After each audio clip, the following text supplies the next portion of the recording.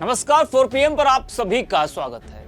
अयोध्या की मिल्कीपुर विधानसभा सीट का उपचुनाव अब अपने पूरे उफान पर है और जनवरी के कड़ाके की ठंड में सियासी तपिश बढ़ गई है। बीजेपी लोकसभा चुनाव में अयोध्या सीट पर मिली हार को बुलाने की कोशिश कर रही है और मिल्कीपुर बीजेपी की नाक का सवाल बन गया है, जिसको देखते हुए बीजेपी ने अपने मंत्रियों की फौज को उतार दिया है और खुद सीएम योगी आदित्यनाथ अपने हाथों में कमान लिए हुए हैं और अब तक लगभग 4 जनसभाएं वो कर चुके हैं। बता दें कि बीजेपी ने जातिवार अपने मंत्रियों और नेताओं को साधने की जिम्मेदारी सौंपी है, लेकिन बीजेपी का कोई भी गुणागलित काम नहीं कर रहा है।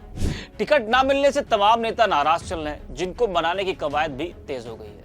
वहीं बीजेपी की चुनाव से पहले अंदरूनी कला भी निकलकर सामने आ रही है। बीजेपी जनता के बीच में राम मंदिर का मुद्दा लेकर पहुंच रही है और बीजेपी सरकार की तमाम उपलब्धियां बता रही है, जिसका आम जन से शायद कोई लेना देना नहीं है।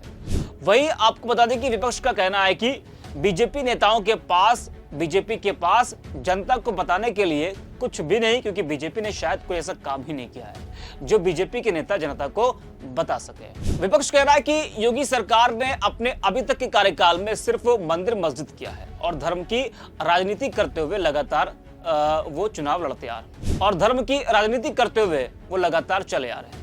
वहीं बीजेपी और योगी की मानसिकता अब जनता समझ चुकी है कि नेताओं के लड़के विदेशों में पढ़ते हैं और आम जनता के बच्चों के लिए कोई रोजगार नहीं है।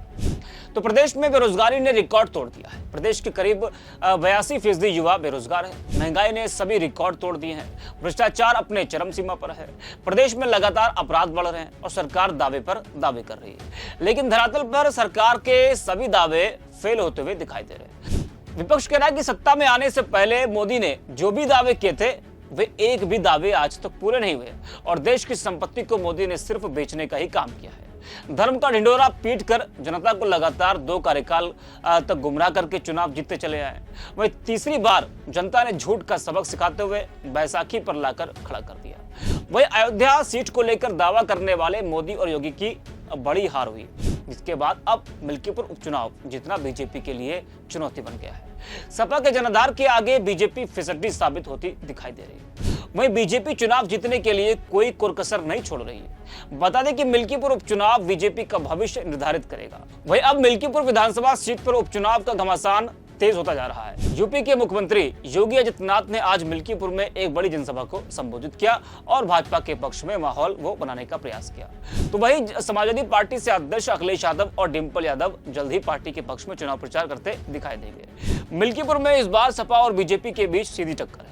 ऐसे तमाम सियासी पंडित इसे लेकर चर्चा कर रहे हैं कि दोनों में किसका पलड़ा भारी रहेगा। मिल्कीपुर सीट बीजेपी और समाजवादी पार्टी के लिए नाक का सवाल बन गई है।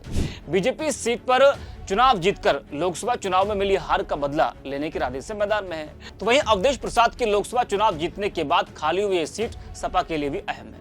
मिल्कीपुर में जीत का सारा दारोमदार इस बार यहाँ के जाति समीकरण पर है, जो इस लड़ाई में गेम चेंजर साबित हो सकता है। आंकड़ों के मुताबिक मिल्कीपुर में करीब 3,58,000 मतदाता है। इनमें दलित और ओबीसी समाज के मतदाता खासा प्रभाव रखते हैं। यहाँ पासी और पिछड़े वर्ग में यादवों की संख्या सबसे ज्यादा है। दलित और पिछड़े के साथ यहाँ मुस्लिम मतदाता भी निर्णायक संख्या में है। ऐसे में सपा पीडीए फार्मूले के सहारे दम भर रही है। लोकसभा चुनाव में सपा को इसका फायदा भी मिला था और बड़ी संख्या में दलित व पिछड़े समुदाय के लोग सपा के साथ जुड़े थे। वहीं बीजेपी ने इस बार सपा के इसी फार्मूले को तोड़ने की कोशिश की है। इसकी एक झलक पार्टी के प्रत्याशी चंद्रभान पासवान के तौर पर देखने को मिलती है। बीजेपी ने चंद्रभान पासवान को मैदान में उतारा, सपा के दलित वोट बैंक में सेंध लगाने की कोशिश की। तो वही पार्टी का पूरा फोकस ओबीसी वोट बैंक पर भी है। पिछले विधानसभा और लोकसभा चुनाव में पिछड़ों ने सपा को वोट दिया था, इसके बाद फिर से अपने साथ जोड़ने में जुटी है। आपको बता दें कि मिल्कीपुर में पासी बिरादरी के 55,000 वोटर, मुस्लिम 30,000, यादव 55,000, ब्राह्मण 60,000, क्षत्रिय और वैश्य मिलाकर 45,000 और अन्य जातियों में 20,000, कोरी 18,000, चौरसिया, पाल और मौर्य वोटर्स भी शामिल हैं। सबड़ वोट बैंक बीजेपी के हमेशा साथ रहा है और अब पार्टी ने दलित और पिछड़ों को भी जोड़ना शुरू कर दिया है। पार्टी ने इसके लिए प्रदेश के 6 मंत्रियों को जीत की जिम्मेदारी दी है। दोनों डिप्टी सीएम केशव प्रसाद मौर्य और ब्रजेश पाठक भी समय समय पर यहाँ के दौरे कर रहे हैं। वही इन सभी आंकड़ों से साफ है कि मिल्कीपुर में सपा का पलड़ा भारी है और बीजेपी का हाल अयोध्या सीट की तरह ही होने वाला है।